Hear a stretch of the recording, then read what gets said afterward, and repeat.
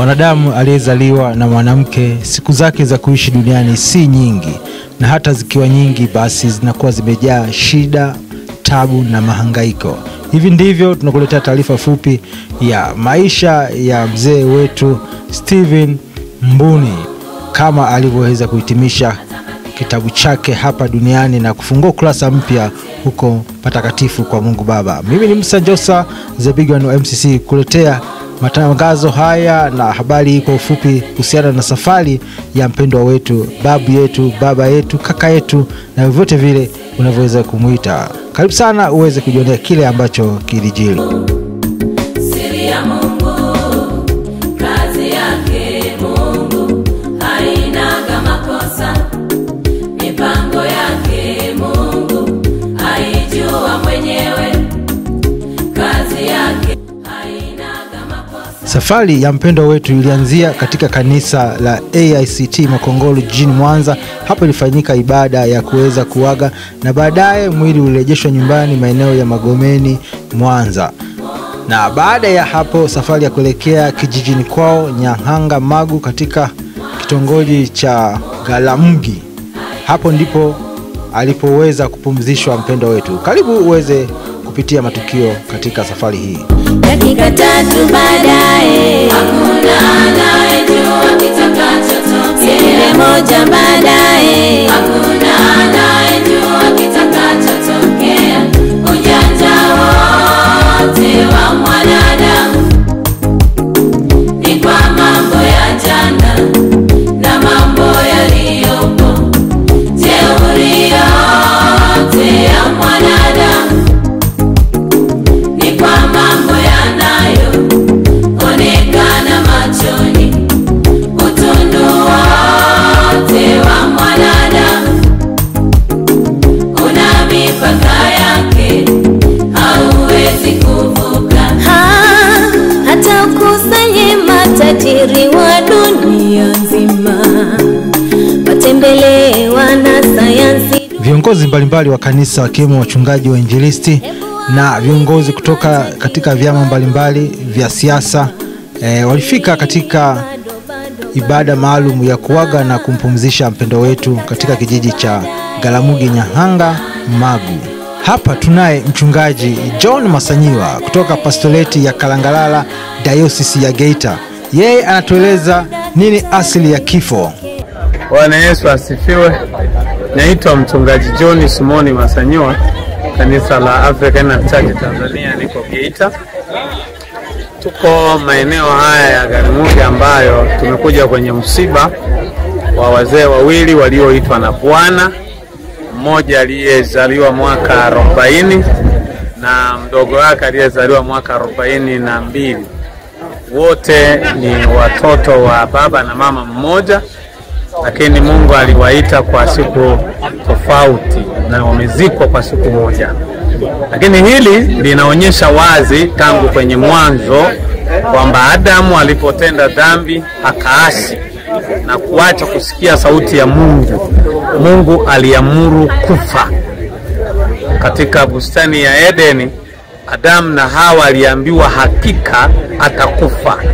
Na kwa mara ya kwanza Adamu alianza kuona kifo cha mwanae Abeli ambaye aliuawa na kaka yake Kaini. Tangu hapo mpaka leo mauti ya mwili na roho kutengana vinaendelea kuwepo na vinamwandama mwanadamu yeyote. Hivyo ninapenda kutoa wito kwamba hakuna mwanadamu anayeweza akachenga kufa. Kinachotakiwa kuwepo ili kuwa na matumaini na matarajio ni kumwamini Yesu Kristo ambaye alikufa akafufuka. Maana yake amekishinda kifo cha mwili, lakini bado ameshinda kifo cha kiroho. Ana uwezo wa kutufanya sisi tukaishi na Bwana maisha ya milele, hata kama tutakufa kifo cha mwili huu. Lakini tusipomwamini Yesu Kristo, tutarajie kufa kwa mwili, lakini pia kutengwa na Mungu milele. Ni washauri tumwamini Yesu Kristo kuwa Bwana na Mwokozi wa maisha yetu, ili tuwe na ushindi juu ya kifo na mauti. Tupate kuwa na matumaini na matarajio makubwa baada ya maisha ya hapa duniani, tukapate kuishi pamoja na Bwana badala ya kuishi kwenye mateso ya milele. Mungu awabariki sana. Duniani kote, hebu waulize matajiri wa dunia nzima. Bado dakika 3 baadaye, hakuna anayejua kitakachotokea. Sekunde moja baadaye, hakuna anayejua kitakachotokea. Madaktari hutokea wakashindwa kutibu ugonjwa. Madaktari hutokea wakashindwa kutibu ugonjwa, ndipo watasema tumwachieni Mungu uamuzi wa mwisho. Patikana kwake dakika 3 baadaye, hakuna anayejua kitakachotokea. Sekunde moja baadaye, hakuna anayejua kitakachotokea. Katika familia ya Mzee Mbuni, Mungu ametenda makuu.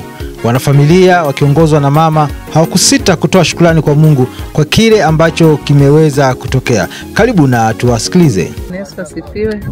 Kwa jina naitwa Mama Ruthi Makune. Nimetokea Magomeni. Nimekuja huku Nkunguru kwa ajili ya kuwahifadhi wapendwa wetu. Wameitwa na Bwana wote kwa pamoja kutoka tofauti. Tunamshukuru Mungu kwa sababu amekuwa nasi toka Mwanza hadi kutufikisha Nyahanga, na hatimaye tumefikisha safari yao ya kuwahifadhi katika nyumba yao ya milele. Hivyo Baba, tunamrudishia shukrani nyingi mno kwa kutufikisha salamu, na hivyo tunamuomba turudishe salamu. Amina. Kwa majina naitwa Neema Steven Mbuni. Kwa niaba ya Mzee Steven Mbuni, tunatoa shukrani zetu kwa Mwenyezi Mungu kwa maisha ya baba yetu Mzee Steven Mbuni, na mpaka kufikia siku ya mwisho tumeweza kumpumzisha. Tunashukuru pia familia, ndugu, jamaa na marafiki kwa kuweza kushirikiana na sisi. Tunashukuru sana. Zaidi ya yote Mungu tunashukuru upendo ukadumu ndani yetu. Kwa majina naitwa Mary Steven Mbuni, ni mtoto wa mwisho wa Mzee Mbuni, mtoto wa 7. Katika siku hii ya leo tunapenda kumshukuru Mungu kwa sababu imekuwa ni siku ya ajabu na ni siku ngumu. Lakini kutokana na miujiza ya Mwenyezi Mungu tumeweza kumaliza salama. Sisi kama familia tunapenda kumshukuru Mungu kwani siku ya leo tumewapumzisha wazazi wetu wawili, Mzee Steven Mbuni pamoja na Mzee Kana, Musa Kana. Hao ni wazazi wetu. Sisi kama familia pia tunapenda kuwashukuru uongozi wa kanisa kwani umekuwa pamoja nasi bega kwa bega mpaka dakika hii ya mwisho. Hivyo hatuna budi kumshukuru Mungu na kanisa kwa ujumla, ndugu, jamaa na marafiki wote waliokuja kutembea siku ya leo.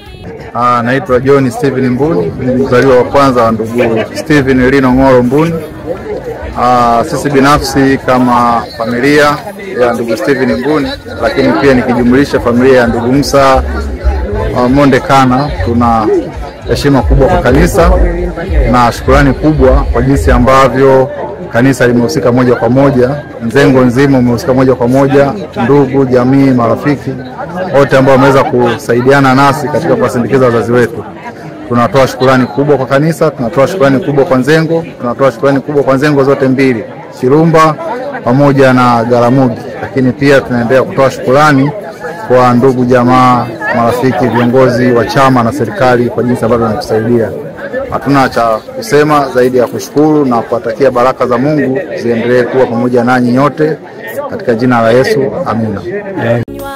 Asante sana wapendwa kwa kufuatilia matangazo haya katika tukio maalum la safari ya mwisho ya wapendwa wetu wawili ambao wameitwa katika nyakati tofauti na kuweza kupumzishwa siku moja katika kijiji cha Garamugi, Nyahanga, Magu. Ulikuwa nami Musa Njosa Zebigwani. Asante sana kuwa mmoja wa wale wanafamilia wa MCC. Mungu akubariki sana.